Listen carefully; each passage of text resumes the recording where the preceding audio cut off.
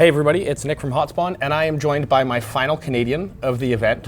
So I have been collecting what I've been calling the trifecta, which was you, Raz, Dylan Falco, Masu, and Jojo. Which are, as best I can tell, all of the Canadians That's the officially squad. involved in the event. And that leaves you, the only Canadian world champion who will be attending MSI finals. There you go. But we'll take what we can get. So I'm going to start this off with a little bit one out of left field.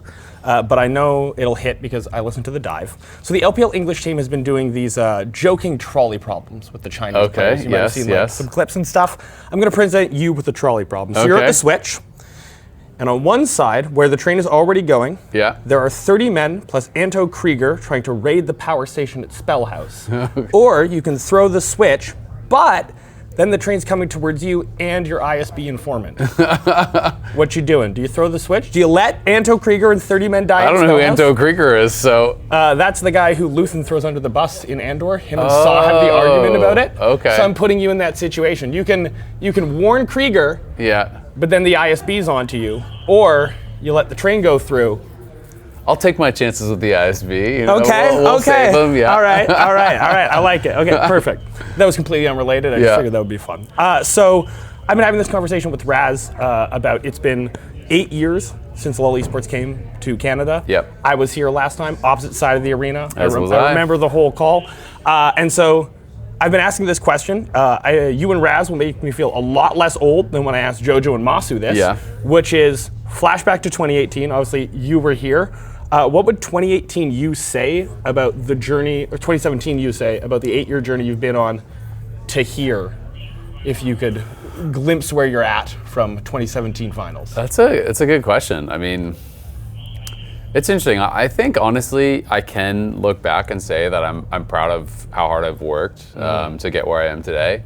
I do think when I've listened back to my old calls, I'm just like, oh my God, I was so ass. So I think it's fun to be able to kind of see that progression. And something that I am really proud of that I was able to showcase at this event, and I think I've done well over the last year or two, is branching into new roles, getting to do more play-by-play. I think my play-by-play has improved massively, and I'm really happy where I'm getting with that. And I think I'm just like way more comfortable with, kind of being myself and bringing in comedy and stuff, getting to do the stupid Canada skit with predictions. That was awesome. And doing, kind of like the G2 heel turn thing with the predictions with FlyQuest and stuff like that. It's stuff that I think my 2017 self wouldn't have felt confident enough to actually go for. And so it's been fun to do that. I got to do my first on-stage interviews at this event as well, which is cool. I've gotten to do a lot of different stuff. So no, I mean, I think I would be proud of where I've gotten to. Yeah. Well, and just like from my side, from like my friends who are watching the event, bro, we think you're doing some of your best casting ever at this event. I feel like you've been popping off. Thank you so much. Yeah, it's been awesome to see. So the next one is, again, Raz and I talked about this. I feel like a lot of the time in the branding and the approach to LTA North, Canada feels like an afterthought. WTF is a kilometer, bald eagle, American flag, and then, as I said to Raz, our superstar ADs, getting them, as far as they're going. Who's coaching the greatest EU team of all time? True. Canadian. Facts. Who's the first NA import to EU?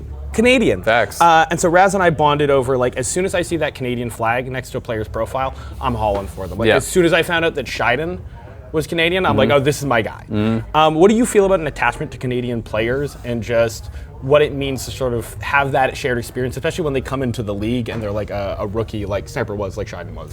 Yeah, I mean, for me, I do feel a pretty big attachment to them. I do kind of have a lot of national pride. I mean, growing up, my dad is just like such a big Canada fan for everything. It was always, if Canada was playing internationally in anything, he could care less about what it was, we were going to be watching, right? I always think when it's Christmas time, I think about World Juniors hockey. He never missed a Team Canada game for hockey.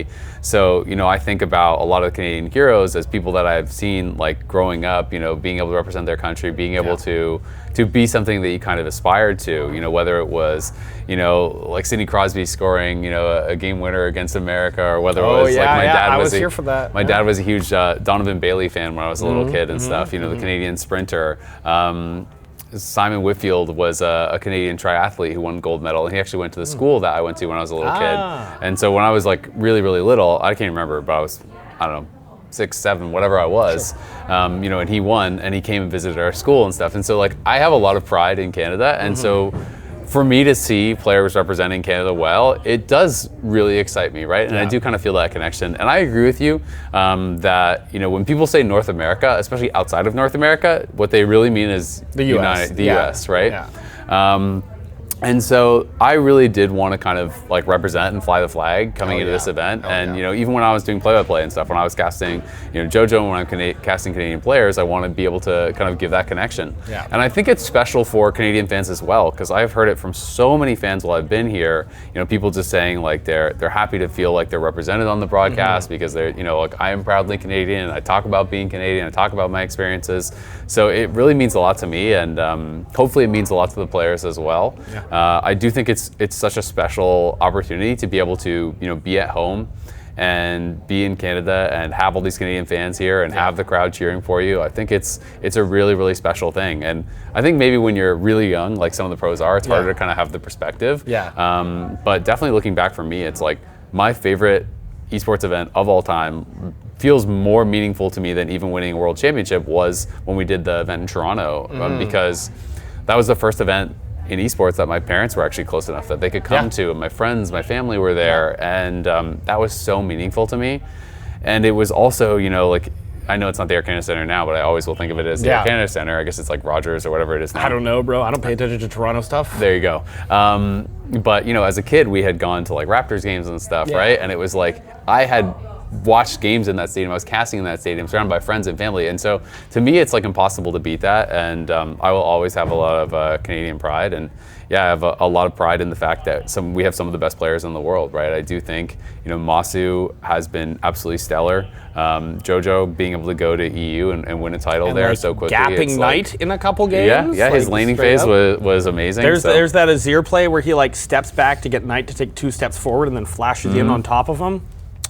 It's sick. No, it's been great. It's been great. No, I totally agree, and it's been awesome. Like, you look out into that crowd and you see like how many jerseys are from 2017 finals, and like these are fans who've been waiting 8 years. All the LCS pigeon signs. Yeah, LCS pigeon signs. I've seen so many like old school FlyQuest logos with the eye and the yellow, which like I totally forgot existed until I started seeing it on stuff. So we'll get to the big important question of the interview. We did this with Raz, and it is, I need you to build from across the timeline, so you can pick a player from any time. The greatest Canadian, fully like MCOY KC, but Canadian League of Legends roster of all time. I'll give you Raz's as a little bit of a cheat. So his is Licorice, 2025 odd one who needs to be retaught the game by Coach Dylan Falco. Okay. JoJo, Masu, Vulcan with 2020 Golden Guardians Academy when Raz was coaching, Chime as the substitute because he's letting the bias in a little bit. Okay, that's interesting. What do you? We'll start like top lane because we both felt that Licorice was like a pretty clear choice. Are we locking in Licorice? I feel like most of them are pretty clear choices. I think Jungle is the one that I wouldn't have thought of that he went for. My boy Snipes is, you know, an option. Yeah. I do think General Snipes is good, but to me it's like Licorice, you know, when he first came in and was playing at his peak, was, you know, the best top laner in the league, I think, for a time. As a Haunter fan, I was real salty about this kid. And he was smurfing, right? So it's, to me it is like those early days Licorice, you know, being able to have him at his peak. I mean, that was, you know, the team that made World Semis, and he was a big part of that. Had even like the Orin auto attack Baron steal and stuff. Oh my God, I forgot. He just literally walked up and bonked the Baron and stole it. So for me, that one is a clear choice. I've thought about this a lot before because I always like the idea of like an Olympics, because I actually think Team Canada would do pretty well. Bro, we're cracked. And so JoJo Masu, Vulcan, JoJo? Masu, Vulcan, JoJo is really, really strong. I think we got some good options in the top lane. Dokla, Dokla's American. I was gonna say I thought he was Canadian, but Jungle has always been kind of like the question mark for me. I know Tomio is Canadian. That's someone that I have thought of. I had not thought of Odd-One. I think that is probably a better answer if you can transport him through time. Yeah, because old school TSM, like they were owning. So it's like, if it's not his past skill has to just be now. If it is like relative skill translates to today, then I think you have to go with the old school. I think we have to, otherwise you just like pick all modern players, you know, because the game's evolved so much. Okay, so our roster is Licorice, again, Odd-One, and then Masu, Vulcan, JoJo. I mean, I think the bot side is like undebatable pretty much. Like those are just they're still playing right now. They're still at the top of the game. Exactly. Some of the absolute best players just in the West period today, which is why I would be really excited for Olympics. I actually feel like Team Canada could maybe clear Team USA. So I'm just saying. Like, I don't want to talk about how we match into Team Korea, but like Team USA. No one matches into Team Korea. No one matches. But we could get third. Yeah, you know. We're not beating Team China either. Let's be real. Oh yeah, that one's the top two is pretty locked. But hey, we can fight. You know, but we can get the bronze medal. Bronze is open. Yeah, bronze that is open. could be us. So the last question is just like, I mean, we talked about this a little bit. How do you feel about this MSI? Because best of 5 fearless across the board. Yep. Amazing for the viewership experience. Like the most insane event schedule I've seen. Like those double BO5 series where it's like a 14-hour day. Yep.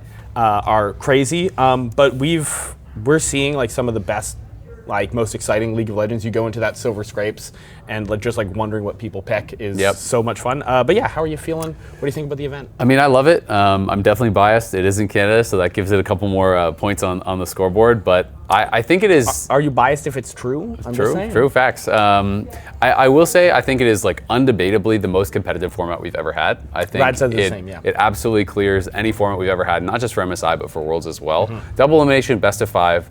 There is no argument. Yeah, there is some element of randomness always in like who your early rounds are going to be and things like that. But like you have at a minimum 2 best of 5s to show your worth, right? To be able to prove yourself. And I think that is really, really cool. I'm also such a fan of Fearless because one of the things I think is overlooked, people talk a lot about champion pools and like how that's cool and champion diversity, but I also think it really puts a lot more emphasis on the skill of the coach.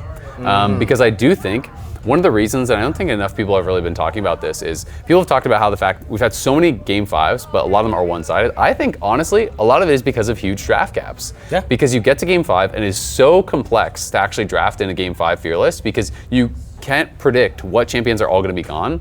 And then you're already 8 champions deep per role that are already banned. Then you have 3 bans per team, and maybe there's some flex picks. So maybe say you have 2 flex picks that are gone from top lane. And then there's the relative balance of like which champions could actually compete on the pro stage. So that's more gone. I mean, you can target ban someone, and you could have someone on their like 13th best champion or whatever like that.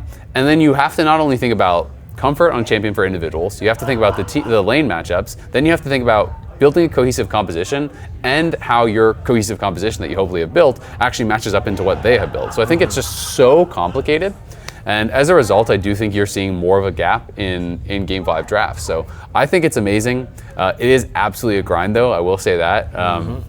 Better now that it's 1 BO5 a day. Yep. It's the double BO5s that get you. The double BO5s are definitely gnarly. I mean, we had the one day where I did full BO5 casting, then I went to analyst desk, then you have meetings and stuff for the next day, story meetings, and then we did the dive. Yep. And then it's like, when you're adding all that in, it is definitely a lot. Yep. And yeah, I mean, we have 2 dark days for the whole events, but one of the days we had meetings on as well, and so they're it's not like, really dark days. Like even on the press end, we're doing the interviews we just had on media day or prepping for the tournament coming up. Like and our talent team is pretty lean, so people are working most days. I think by the end of the day, I think maybe I've had 1 day off on the event, so it's definitely a grind, but it is a lot of fun, and I love the format. I hope that we're going to be able to find a way to kind of like implement something similar for Worlds. Maybe there is more of like a happy medium where you don't have all double best 5 days because those days are brutal, but definitely I love the format and I'm really happy with the direction. Yeah, hell yeah. Well, that is your latest episode of the Canadians in Cool Bomber Jackets podcast. Thank you for joining me, Azael. Nice jacket. Pleasure. Have a good one. Thank you.